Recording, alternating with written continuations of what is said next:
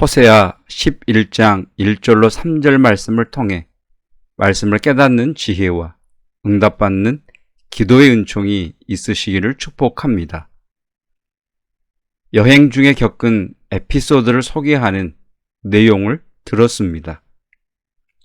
한국으로 돌아오기 위해서는 2번의 비행기를 타야 해서 중간에 한번 경유하게 되었다고 합니다. 경유하는 비행기를 놓치지 않기 위해서 출발하는 비행기 게이트 바로 앞에 있는 카페에서 친구와 이야기를 나누고 있었습니다. 소소한 이야기부터 시작된 두 사람의 대화는 점점 깊어만 갔고, 이야기를 마친 후에야 이미 30분 전에 자신들이 타야 할 비행기가 출발했다는 것을 알게 되었습니다. 비행기는 타야 할 승객이 타지 않으면 일이 복잡해집니다. 짐이 실려 있기 때문입니다. 타야 할 승객이 타지 않았다면 그 승객의 짐이 폭발물일 수도 있기 때문에 비행기는 제 시간에 이륙을 하지 못하게 됩니다. 그래서 승객이 타지 않으면 방송으로 승객의 이름을 부르고 항공사 직원이 공항 내 이곳저곳을 다니며 인천으로 가는 누구누구씨를 찾습니다. 비행기를 놓친 그분은 항공사 직원을 찾아가 따져 물었습니다. 우리가 비행기를 타지 않았는데 어떻게 비행기가 출발할 수 있느냐? 우리를 찾아야 하는 것 아니냐? 이렇게 따져 물었더니 항공사 직원이 우리가 당신들의 이름을 얼마나 많이 부르고 이것저것으로 다니며 찾았는지 아느냐고 되레 짜증을 내더랍니다. 수없이 이름을 부르며 두 사람을 찾았을 겁니다. 직원은 이리저리 뛰어다니며 두 사람의 이름을 불렀을 겁니다. 그런데 못 들은 겁니다. 자신들의 대화에 깊이 빠져서 자신들의 이름을 부르는 그 소리를 듣지 못한 겁니다. 사랑하는 성도 여러분, 저는 이 이야기를 들으면서 제 스스로에게 이렇게 물어보았습니다. 내가 하나님의 말씀을 집중해서 들은 때는 언제였나? 여러분에게도 묻습니다. 말씀을 진정으로 들은 때가 언제였습니까? 사람들을 만나 사람들의 말을 들어보면 온통 마음에 있는 것이 자기가 겪고 있는 힘든 상황과 환경에 대한 사연들로 가득 차 있습니다. 그런데 그 많은 이야기를 아무리 많이 가지고 있어도 인생의 문제는 그렇게 해서 해결되는 것이 아닙니다. 하나님의 말씀이 그 마음속에 들어가서 자신은 누구이고 왜 이런 일을 겪게 되었고 그리고 하나님은 나에게 이제 어떻게 살아가라고 하시는가를 그것을 깨닫고 실제로 그렇게 할 수 있는 힘을 얻을 때 인생의 문제는 해결되는 것입니다. 그런데 우리들은 끊임없이 이 사람 붙들고 저 사람 붙들고 끊임없이 자신의 이야기를 쏟아냅니다. 듣는 사람이야 관계가 있으니까 들어준다고 하지만 누가 그렇게 이야기하는데 너 틀렸어라고 이야기할 사람이 어디 있겠습니까? 수많은 사람이 나의 이야기를 듣고 고개를 끄덕여 준들 그것이 하나님의 뜻이 아닌데 그게 도움이 되겠습니까? 그렇게 우리들의 하소연을 쏟아내고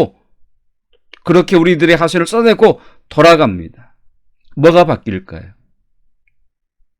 사람들에게 위로를 구하고 내 편을 들어주는 것에 위로를 받는다고 변하겠습니까?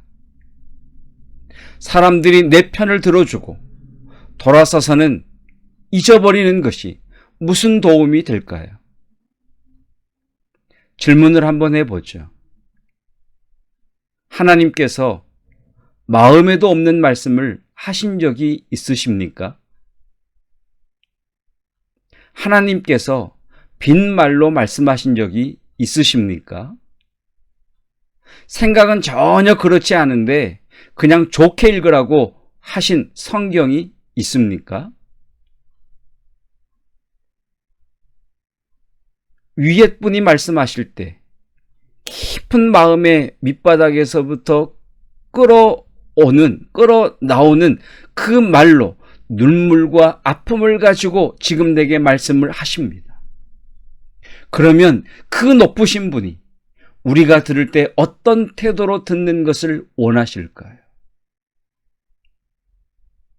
2절입니다. 선지자들이 그들을 부를수록 그들은 점점 멀리하고 바알들에게 제사하며 아로새긴 우상 앞에서 분향하였느니라. 하나님은 이스라엘에게 끊임없이 선지자를 보내어 당신의 중심을 전하셨습니다. 하나님께서 선지자들을 보내신 것은 선지자들을 보내실 때에 말씀하신 것과 똑같이 그들도 듣게 하시기 위해서 선지자를 보내신 것입니다.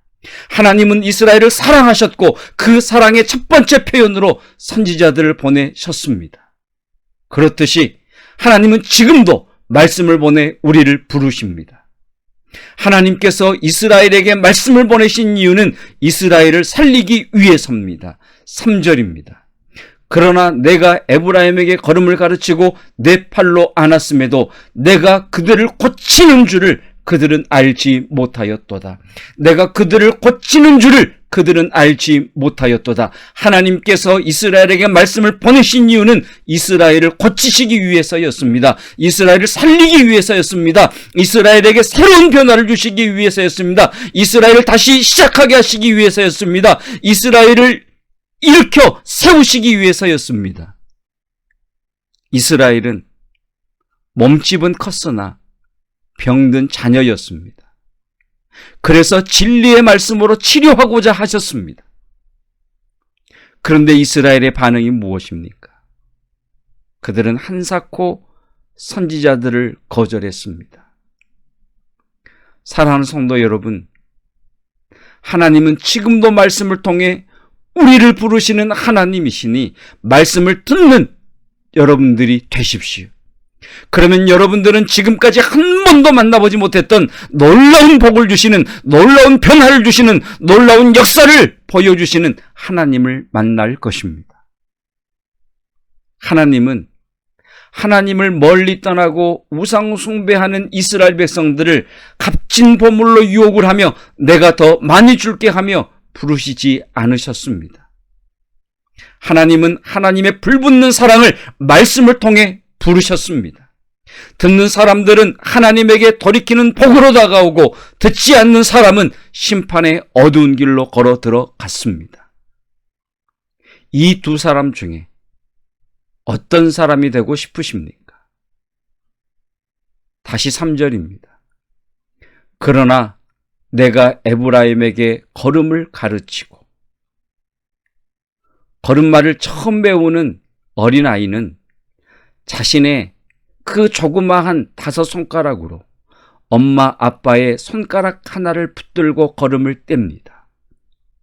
사랑하는 성도 여러분, 은혜가 부어지면 안 될 것 같은 걸음을 떼어 놓을 수 있습니다. 주님, 내가 어떻게 믿고 살아야 합니까? 주님, 내가 어떻게 해야 합니까? 나를 향한 주님의 말씀은 무엇입니까? 하나님은 하나님의 사랑을 붙들고 하나님의 도우심을 구하는 성도를 신기하게 말씀을 보내시고 신기하게 말씀을 깨닫게 하셔서 손가락 하나를 붙들고 뒤뚱거리며 걸어가게 하십니다. 그리고 그렇게 그를 하나님 나라의 군사로 자라게 하십니다. 오늘 저와 여러분을 향해 내어 미신 하나님의 손가락을 붙잡고 그 말씀을 붙들고 믿음의 걸음을 떼는 여러분이시기를 주님의 이름으로 축복합니다. 기도하겠습니다.